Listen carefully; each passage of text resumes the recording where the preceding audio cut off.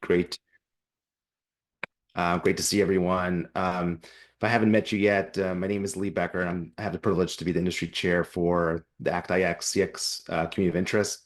And it's an exciting time to be in this space. As we know, a lot going on, and I'm thinking, thinking about all the everything that everyone is going through right now. But at the same time, we are also seeing that as part of this process, we're seeing examples across agencies where they're really leaning into CX really as a foundational aspect around how to talk about how does it improve efficient, effective service delivery. Because the bottom line, at the end of the day, as we know, this is it.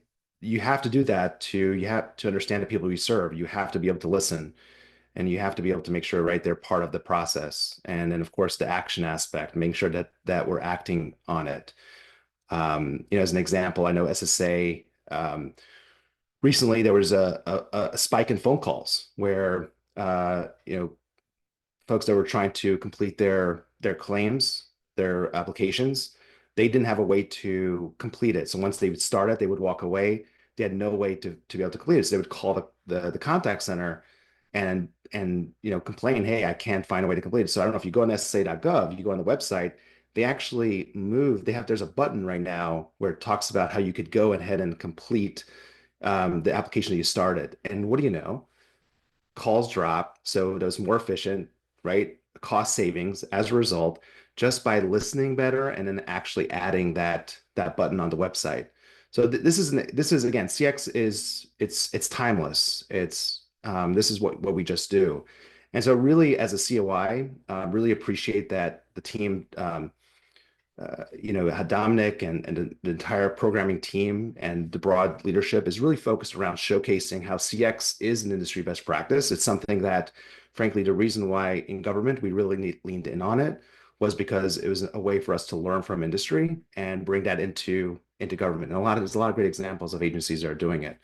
So this is one of the reasons why we have invited Wayne Simmons to come here, and you'll hear more about him, who's an incredible leader that is driving CX at Pfizer, and more. We're just very grateful that he's able to spend time with. So with that, I'll turn over to Dominic, and before, if Wayne is not here yet, we could go ahead and definitely have a little bit more conversations about this point further, Dominic, and if any others from the leadership team, COI leadership team, because this has been something that we've really honed in on around that, making sure that we're empowering our government leaders to be able to communicate this to this administration for them to know. Because a lot of them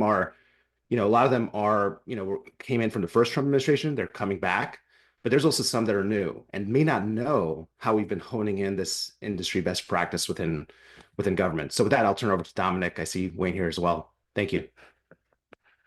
Thank you, Lee. And for all those who don't know Lee, Lee heads up our community of practice from the industry side. He has been a tireless advocate for both experience with government, but also for veterans, and he's a veteran himself. So thank you for your service, Lee. It has been great working with Lee the last a couple of years now. I've been involved with the CX COI. The purpose of this group, and this is my paraphrasing, is really to promulgate this practice of CX into government, which is already a proven practice that comes from industry. I think that's really, as we go through this very tumultuous period right now, I think the wrecking ball is out. There's a lot of destruction, creative destruction, disruption, whatever you want to call it. At some point soon, I hope, the rebuilding will start. Whatever the future looks like is we've either started or we'll be starting soon to build that. And I think those who have been involved in this group, this community, really understand and want to make sure that experience is part of that discussion. And the thing we're trying to do now is to just make sure those who are making decisions in government are both aware of it, what it means, understand it, and integrate it into how we build this next version of our government. So this is vitally important. All of us, we talk throughout the week, almost daily as a group, and there's some concern and a little bit of fear and a little bit of excitement about what the future looks like. And all we can do is help shepherd this discussion and make sure that, when we have the opportunity, and it is now or in the very near future, that we're able to have that positive impact on those making the decisions moving forward. So early in this year, we've made a conscious decision of pulling in industry and commercial, those who can speak on behalf of what's going on in the broad industries outside of government, to showcase that this is a viable practice, and it not just viable, but a critical practice for those companies, those organizations that need to succeed. And two, because frankly, it's been really hard to get government speakers, and we saw this as a win-win. So government folks can listen in and hear what's going on from outside and help integrate these practices and remind those coming in who are commercially minded that, hey, this is the way all good organizations operate. So without further ado, I am going to, oh, by the way, no, one more announcement. That May 22nd, we are planning on having a combination in-person event, which will be around AI and contact centers, and it'll be in Arlington, Virginia, followed by a community building event around some kind of social locale. More details on that will be coming out, but again, building that community, giving us an opportunity to interact with each other and talk and share stories and continue to build this community is part of what we're all about. So stay tuned for that information. We'll get it out to you. All right, without further ado, I want to introduce two folks who are going to be leading this discussion moving forward. Steve Loika from Medallia has been a constant presence in the community practice and the programming group. Steve actually led last month's discussion with Gartner. And this month, he has pulled in another great mind from the commercial side, Wayne Simmons from Pfizer.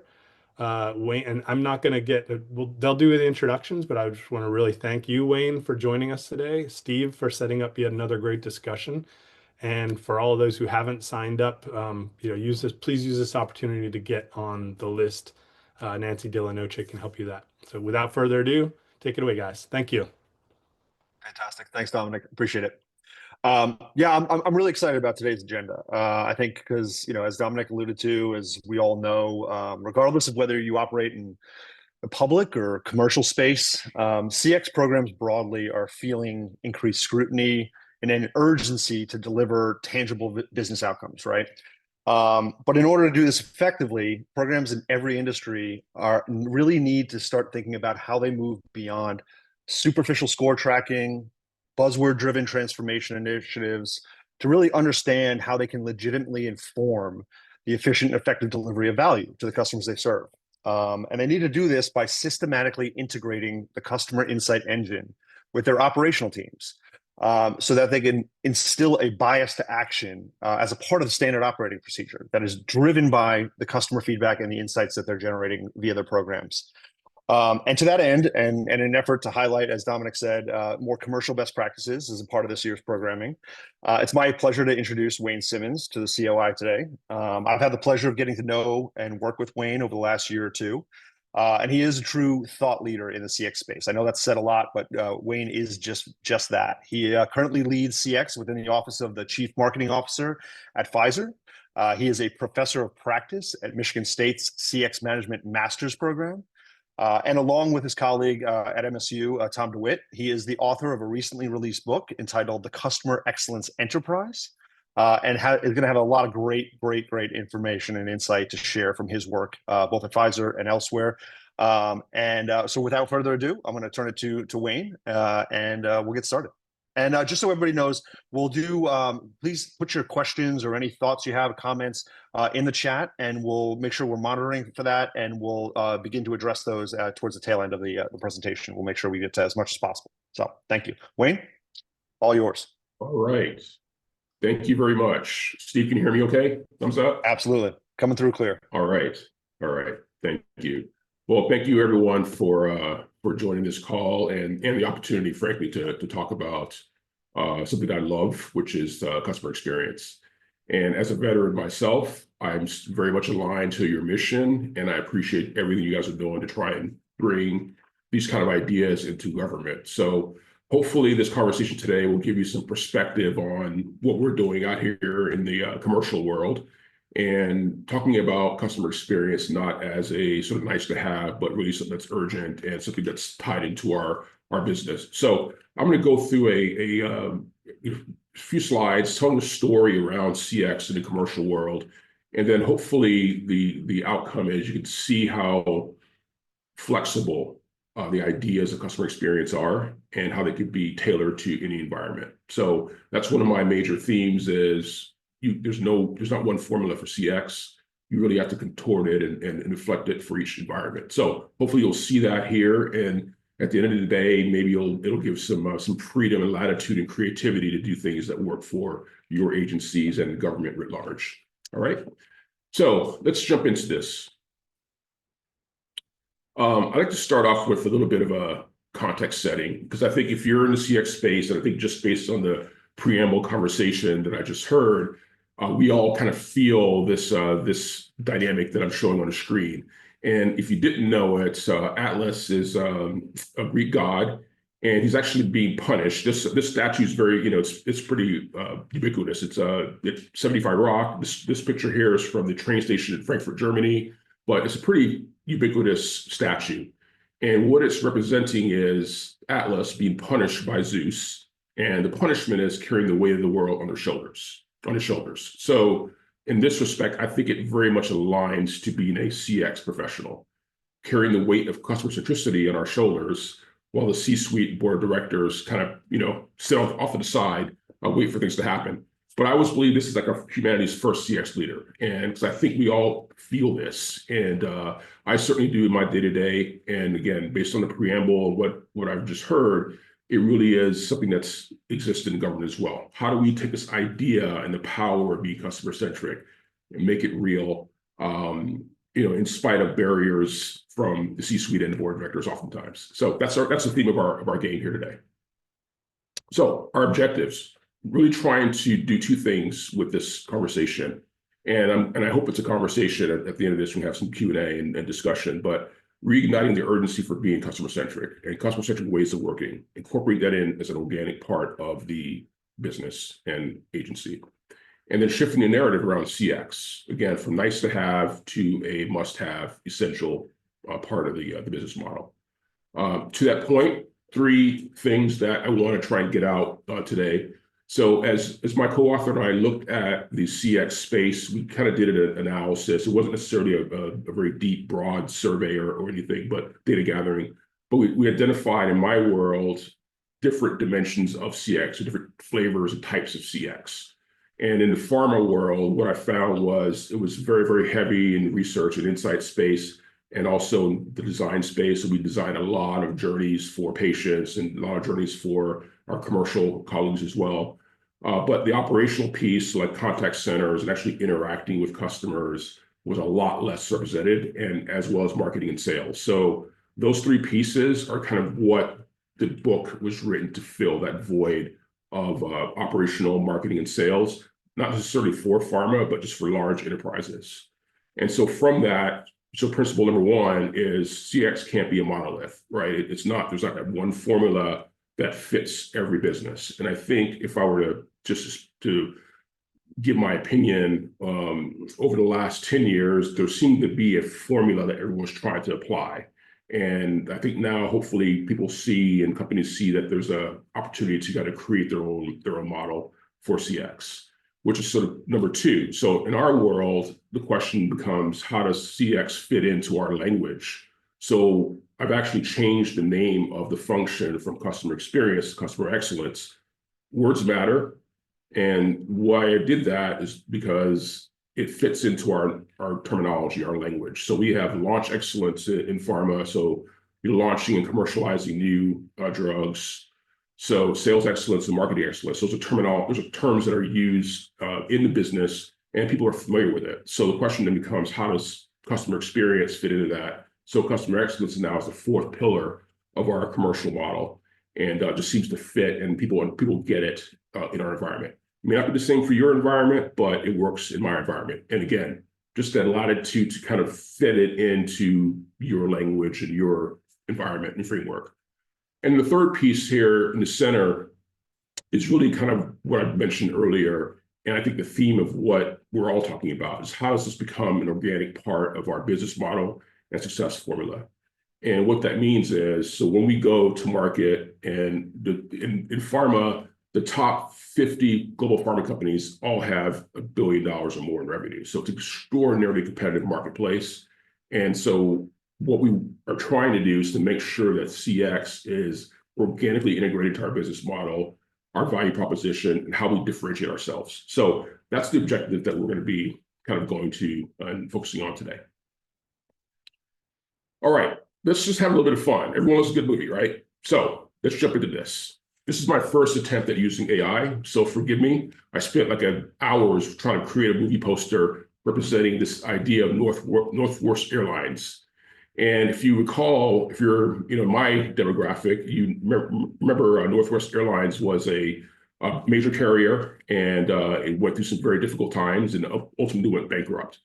But this flight, Flight 1829, it was in 1999, and it represented sort of a inflection point for how customers and airlines interact with each other. And out of it came the passenger bill of rights. That came out, litigation came out of it, regulatory changes came out of it. But it was one of those scenarios where, as passengers, we've all been here, we're just sitting on a tarmac and you have no way to get off the plane and you're sitting there for hours. So this flight was a disastrous flight, a series of bad events, a snowstorm, but ultimately they sat on the tarmac at Detroit's airport for over 8 hours. And it became a disaster. And I have a bride here because there was a bride and a groom coming back from their honeymoon that were stuck on this flight. And the reason I bring this up is it paints a picture of how companies are integrated into the lives of customers. So Northwest was the name that passengers gave it, nickname that passengers gave it. But the idea that it's not just about buying a ticket and flying from point A to point B, but this airline is now integrated into the life of these passengers, into the lives of these passengers. So it's a critical part of this honeymoon for patients, or excuse me, for passengers. And it's not just about transacting with them. It's about being integrated and earning a right to be in their lives. So just real quickly, I'll run through this story because I think we've all been there. I was on one of these flights 2 weeks ago. But you set the expectation or aspiration of going on a vacation. So going on a vacation, getting married, going on a honeymoon. As a consumer and customer, your aspirations are set in the table. This is what you aspire to. Next, you get the expectation. So when you actually get ready to pay and transact and engage with a company, in this case, Northwest Airlines, you think about the advertising, the promises that are made from the airline, the value proposition that they're telling you. We're going to get you point A to point B and safely. So expectation, aspiration, then the lived experience. So as I mentioned, just became a disaster. I mean, it was a 24-hour disaster. It was a stayover in I think Orlando, coming back from the Caribbean, but it's just one of those things that really broke down the covenant between passengers and a company. And the reason I want to point this out is because it gets to a fundamental point for us as CX professionals is, are we predisposed to deliver an exceptional experience or a poor experience?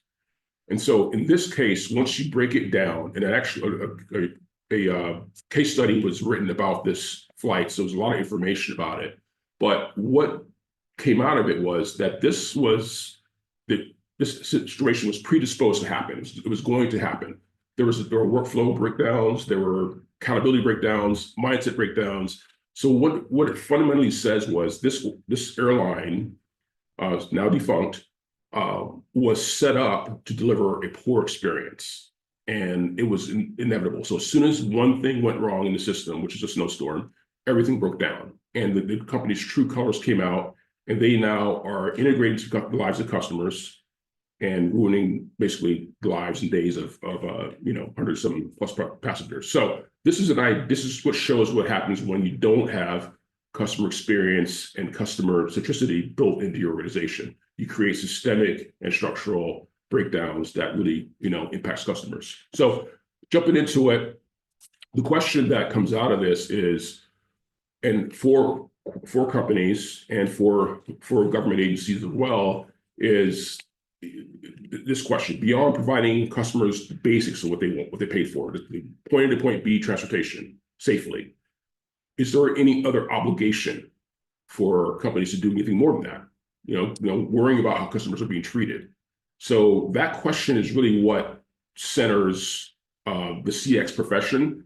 If there's a belief that there is additional obligation to make sure not only are we delivering value, but also treating customers with reverence and kindness and empathy, then that's the tension we've got to try and resolve. So are you on one side of the equation or the other? And I think as CX professionals, we've got to make sure that that obligation to treat customers with empathy, with reverence, is part of the story as well. So that's the answer to the question. We definitely want to. There is definitely an obligation beyond just getting the basics of their interaction with you. So moving on.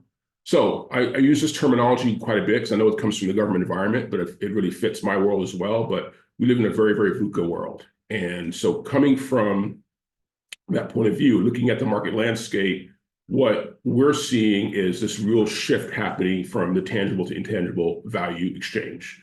So it means basically going from transactions to relationships. So selling a product, moving on to the next, and rinse and repeat is being replaced with a relationship-based model where you have to engage with the customer and earn their trust and confidence on an ongoing basis. So the architecture of these two worlds are very, very different. The transactional world is, it's very much about short-term fulfillment, throughput, and the relationship world is very much about things like nurturing and trust and context. So really having to invest more in the customer relationship is a fundamental shift in value. And if you look at just from a company valuation perspective, it's definitely companies that have relationships, recurring revenue streams, secure customer bases are the ones that are getting outsized valuations. So the value is being recognized on the intangible side of the equation. And that's the game we're playing. We're trying to make that shift from tangible product to intangible services, service quality, experiences, et cetera. So that's what we're seeing in this very, very volatile world that we are living in. And why this matters is this idea of scorekeeping. So when customers are making decisions in our world, whether they're prescribing or not, our drug or not, or just the consumer making decisions, what's happening is a psychological process of scorekeeping. And effectively what's been happening on the tangible side of the equation, looking at brand factors and product factors, product features and functions. Is this widget better than the next? Is this company trusted or not? Are the factors that companies have been competing on vigorously? And then customers are basically keeping score of companies in those two dimensions. With this new shift, what's really happening structurally is this new experiential dimension. And this has really come on in the last 10, 15 years, at scale with the digital world. So now you have omnichannel engagement, you have, in-person interactions in a store that translate into a phone, translate into a laptop, but app. So multiple channels interacting experientially. And that's where the differentiation must occur. So in the new battleground, if you will. So all things equal, brand, product, very, very competitive in those spaces.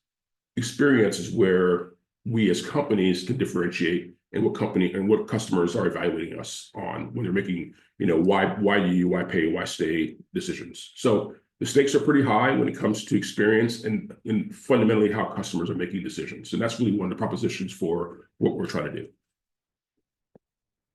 All right, so what we've done in our book is we've characterized this as experiential commerce. So that three-pronged approach I just described, adding in the experience to the mix, and depending on the industry, there's different levels of intensity or importance of those three factors. So brand, product, experience. In our world, we just did some fresh research. Experience represents 35% of a doctor's decision-making process. So how we interact with them, how easy or simple it is to get the drug to their patient, how fast we can get drugs to their patient. Those sorts of things are representing 35% of the decision-making process. So we are obviously shifting resources away from talking about our products and our brand and really focusing on how easy it is to interact with us and how easy it is for us to help our customers be successful. So experiential commerce is here. The issue that we're seeing is there's obviously a persistent presence of customer pain. So we've not solved this problem yet. And we're all here because this problem is not solved. So we understand that experience is a growing and critical and urgent matter, a major force, a major factor in decision-making for customers, but we're not meeting the bar of delivering on that high level of that new dynamic. So the good news is there are companies that are doing it. And for us, we're trying to learn from those companies. What are those attributes that the Chick-fil-A's, the Singapore Airlines, or Zappos, what do they do that makes them different? And how can we take those attributes, not copy what they do, because we obviously did a very different business, but how can we take those attributes and then infuse them into our interactions? So we're just we're not quite hitting the bar yet. So I'm going to kind of shift gears a little bit and addressing this fundamental question as well. So 25 years after the HBR Experience Economy article came out, why is it still so rare to have a great experience? Why are there so few experience outliers out there? And I'm going to kind of get into that just a little bit and talk about Pfizer and what we're doing in our company to address that.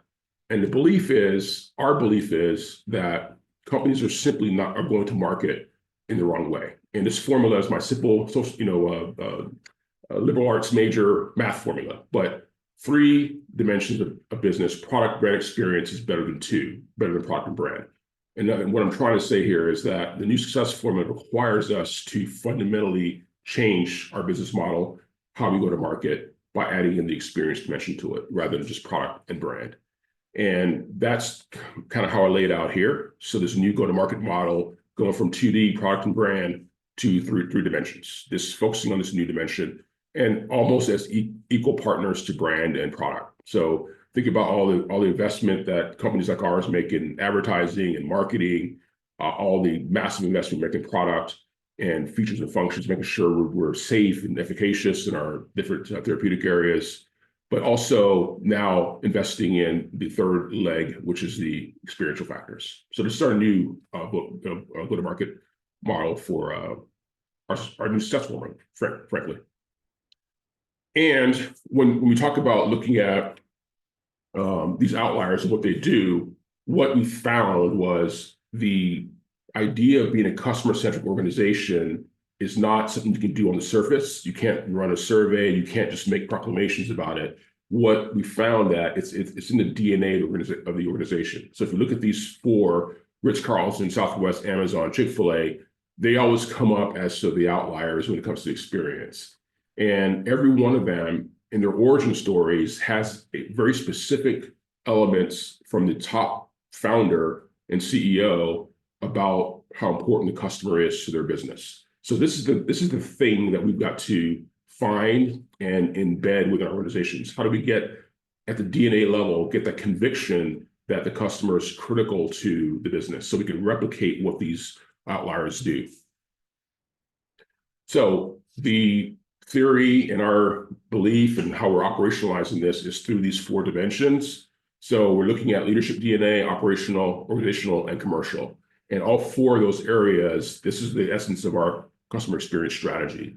So first of all, leaders, we need to turn them into advocates for the customer. No different than those founders were, those outlier companies. So that means taking leaders from intent to conviction. And that's where I spend most of my time, is working with business leaders in our various franchises to get them convicted about that 3-pronged operating model.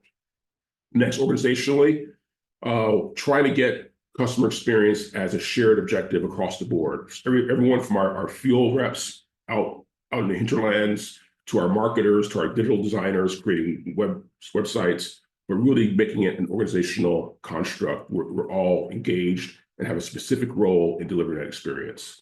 Operationally, modernizing the experience delivery factory. So going from our tech stack, which is multi-layered and very complex, making sure it's built to deliver that great experience. Unlike Northwest Airlines, really focusing on how we become predisposed operationally to deliver that great experience. And then commercially as well. So delivering value across the life cycle, not just customer acquisition, but how do we retain them and how do we expand relationships with them over the long haul, going from transactional to customer lifetime value. So this is our sort of formula and strategy and the sort of high-level pillars around how we're going to do this.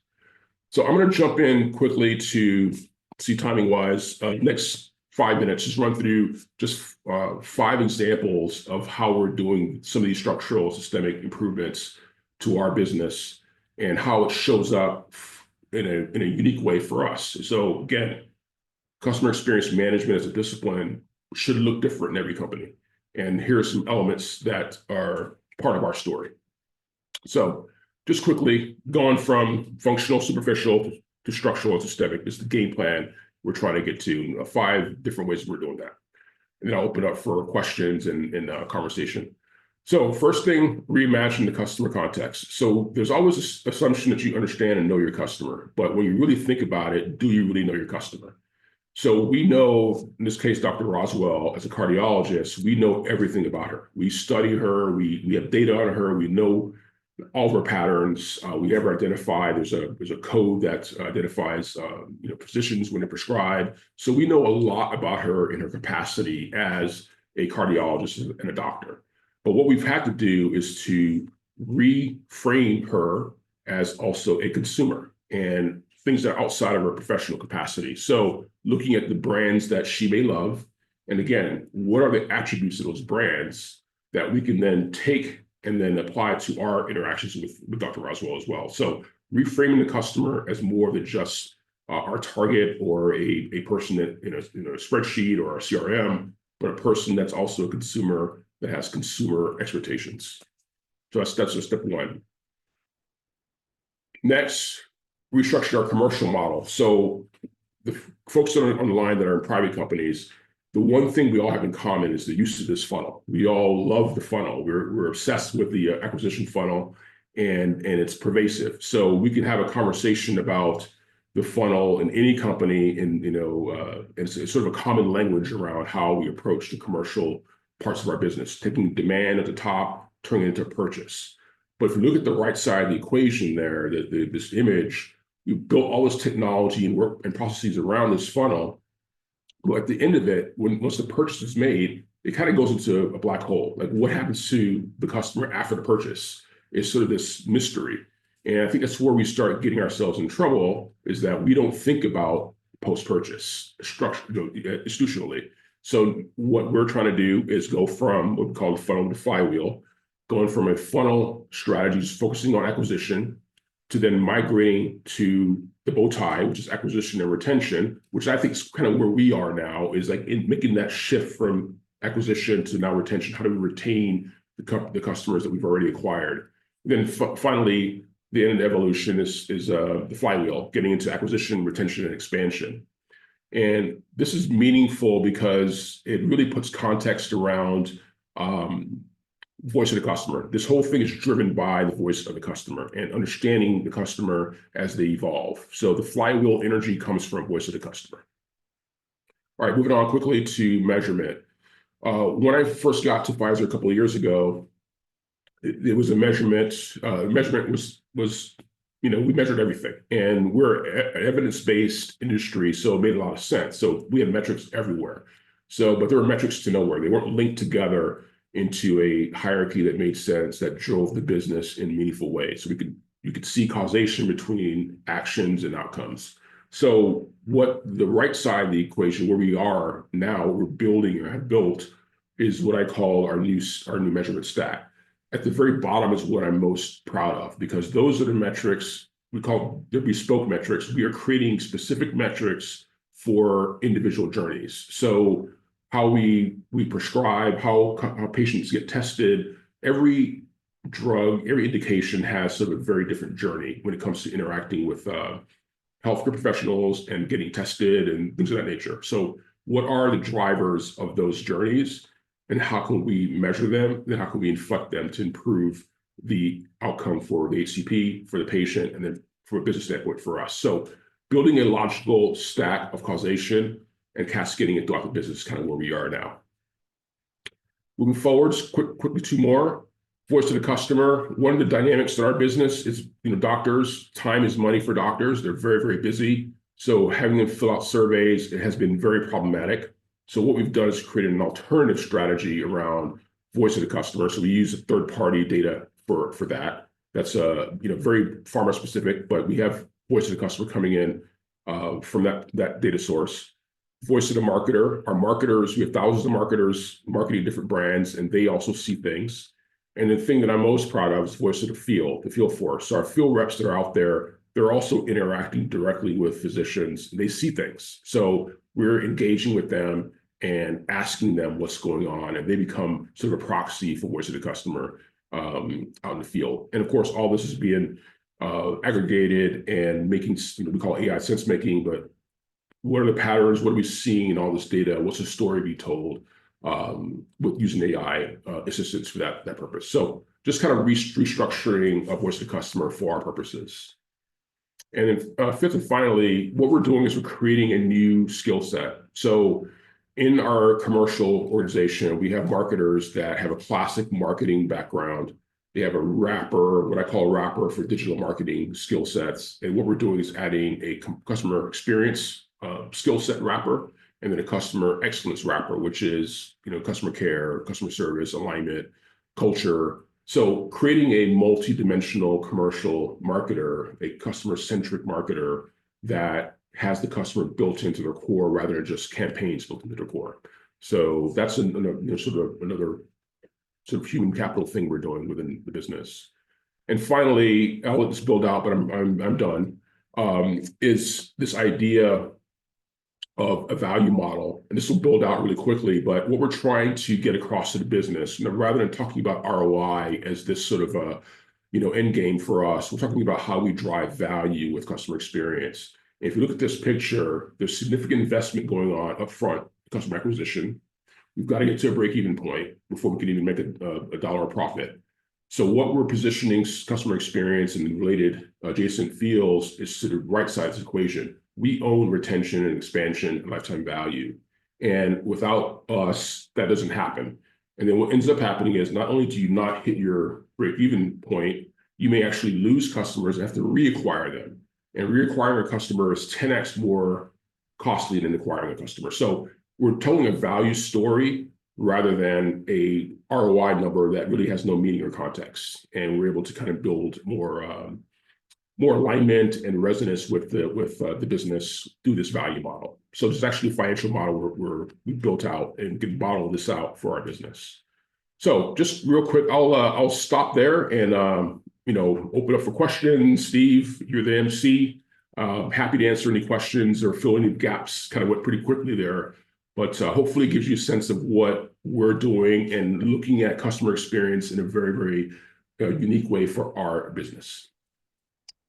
No, it's fantastic, Wayne. And there's a lot of good conversation happening in the chat while you were talking too. That I think we want to pull on. We want to pull those threads as well. But I'll just say that there's so much as I'm listening to you, and I've heard parts of this presentation before, but this is some of it's new. But I think there's so much applicability to the government context here that is not just.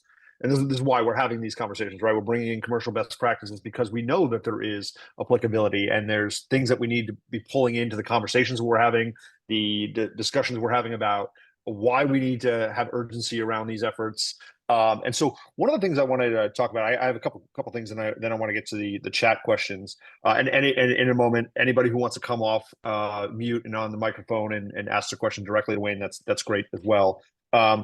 So this first thing I want to touch on, you talk about in the book, and you touched on it in the presentation up front, and I think I talked about it in my opening remarks, was this idea of the case for urgency, right?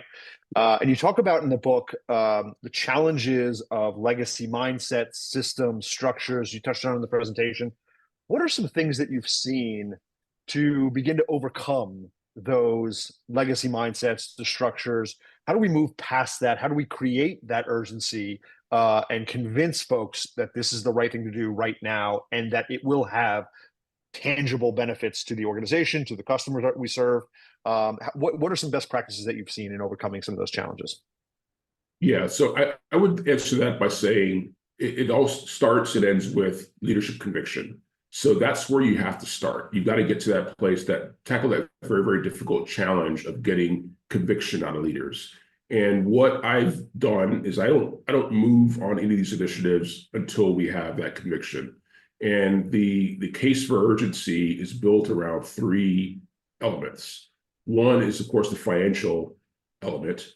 And the financial story is essential, but it's not going to move anyone. It's their numbers and they're validating, but they're not going to move human beings. So the other element is a functional element, like things that we're causing problems for healthcare professionals. That's a functional problem we've got to solve. There's friction in their lives that we're adding to it. That's a functional thing that we can solve. So that's the second part of the argument. And the third part is the emotional argument. We are as a company, are we not helping doctors help patients? And that emotional argument is the third piece of the overall case for urgency.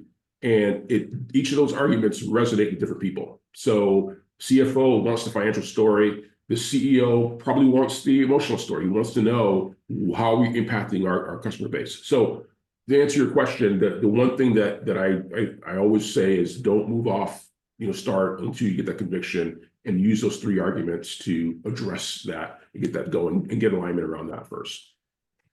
I love that. No, it's something that I've talked about with a number of clients and partners, right? This idea that you have to be able to, storytelling is such a big component of driving change, of gaining buy-in, of executing the work and bringing cross-functional teams together to execute on a common vision.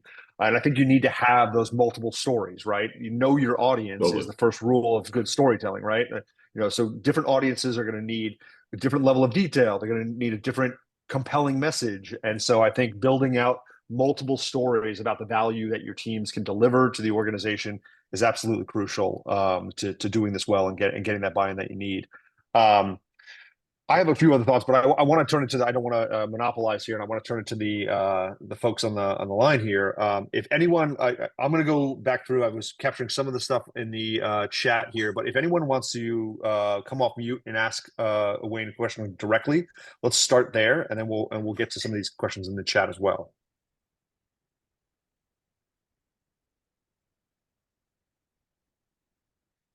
All right. I know there was a good conversation happening between Beth and Kristen and Lee in the chat here around the ROI piece. I'm trying to go back in the chat here and find it. You want to, Beth? I know you had a lot of good comments in the chat here. Any chance you can come off here and kind of share your wisdom as well? Well, the thread was we were talking about healthcare companies are creating concierge services, and that was in response to a question about buying experience. And you can go on to a website to check, is this something that's worth buying or considering to purchase?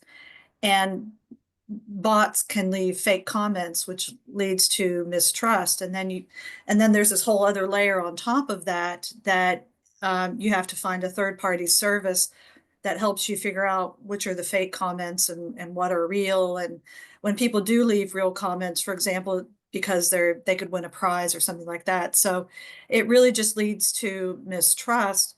And then on the other end, you run the risk of having a system so complex that you have to work with a navigator to help you work through a system. And my earlier comment was sometimes we just need to take things out. So somewhere in there is a question and related to what Steve was asking, but I just wondered if you had any thoughts on that. Yeah, I think you're describing the extraordinarily complex healthcare ecosystem that we all exist in, and we are, as a pharma company, manufacturer, one piece of that puzzle. So I think the leap that we're making, to your point, is we're getting deeper into the journey rather than just manufacturing and distributing drugs. We are getting deeper into the journey to provide assistance to healthcare professionals and patients to deliver on those reduce the complexity, reduce the friction in these journeys. But it's a massive problem. We have a role in it. And we are trying to take on more of the journey and the navigation piece of it, the information exchange piece of it, so that healthcare professionals and patients are informed. So yeah.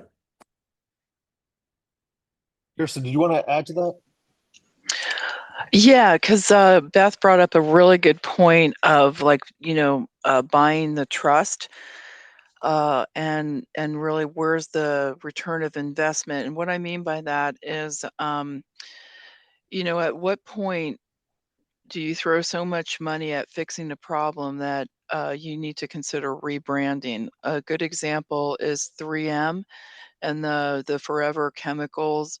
And you've seen that they've had to break up their company to disassociate with that aspect. But the rebranding for them has been really challenging because 3M is like a known entity out there, but yet it's got this huge negativity associated with it. So at what point do you stop throwing money to buy the trust?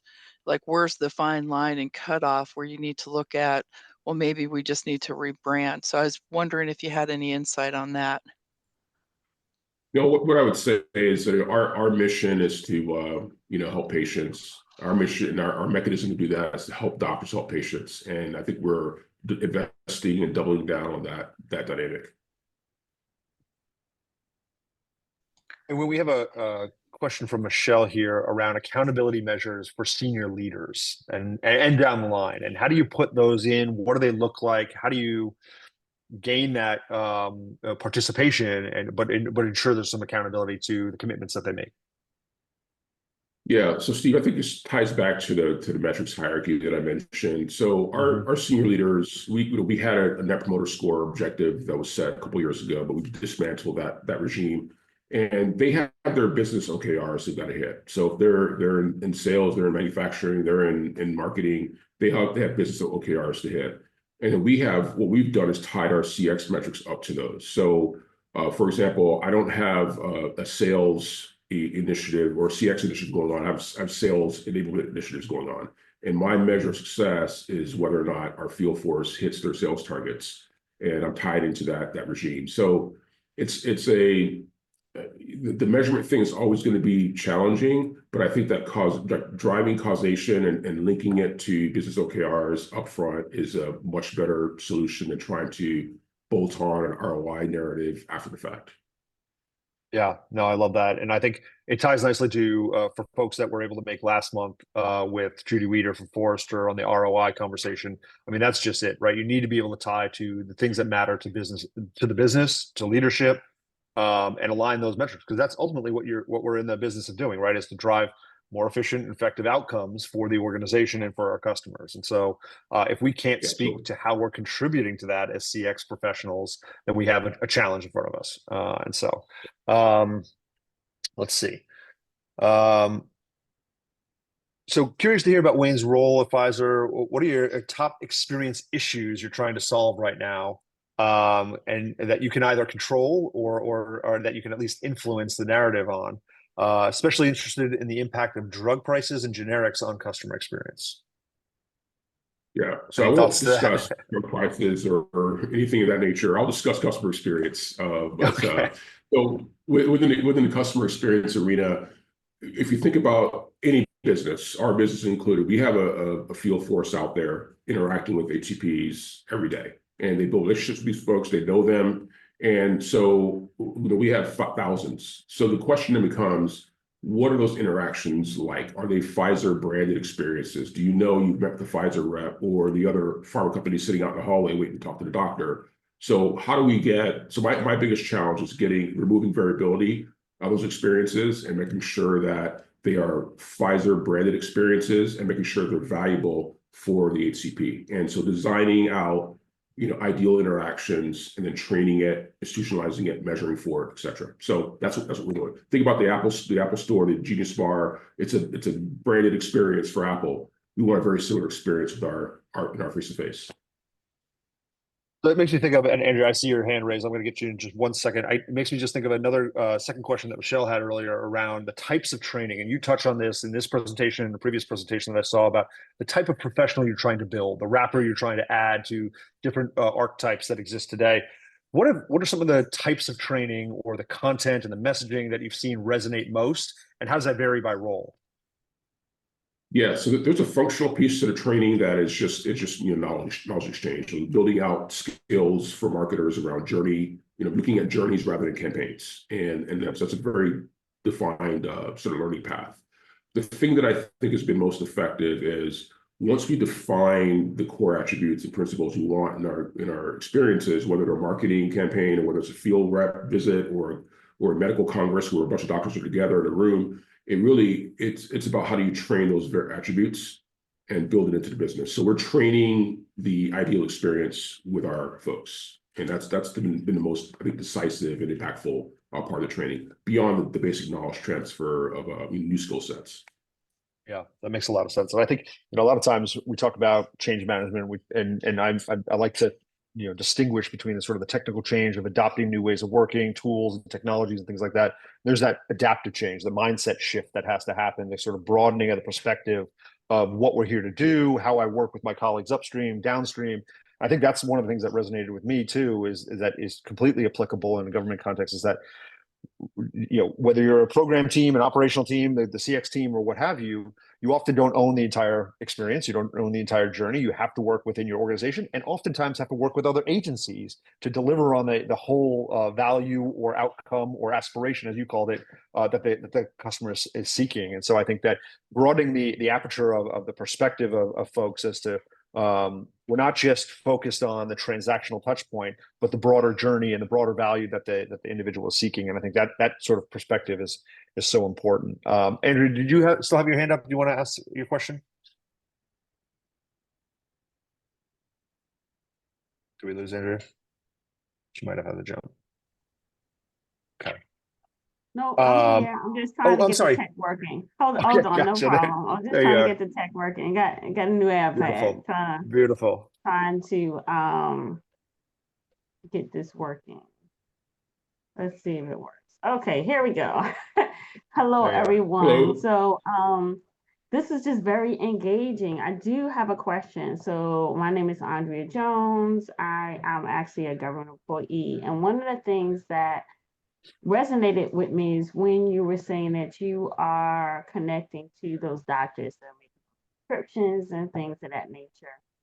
And that's kind of a challenge that we're also having with some of our programs. For instance, we have grantees, right? Which we know everything about them, but we kind of sometimes feel like the ultimate customer is the citizen, whereas with you, it would be the patient, right? So as you're mapping out those journeys, like how are you making the connection with the people, like the ultimate customers, and even like what they're feeling, what they're experiencing. And then also, sometimes that might be some of your best ideas, right? Because they are receiving whatever, the benefits of it. And I was just wondering, how does that work with your customer journey?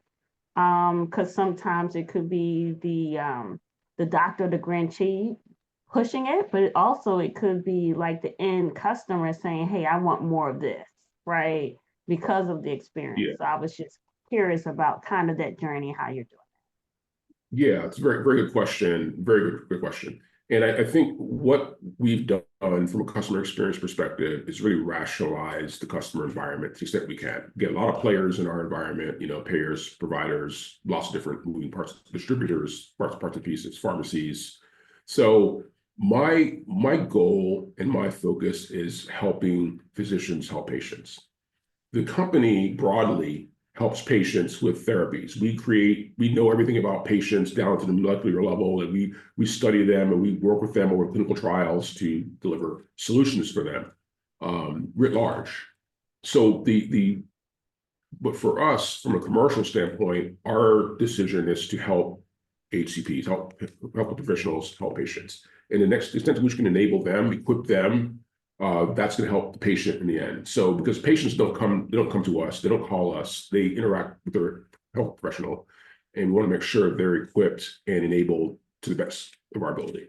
So so trying to take a very complex customer environment and really trying to focus in on what we can influence and impact, and that's what we can impact, helping those professionals, those scientists that are doctors, help patients better. Any other questions on the Thank call? you.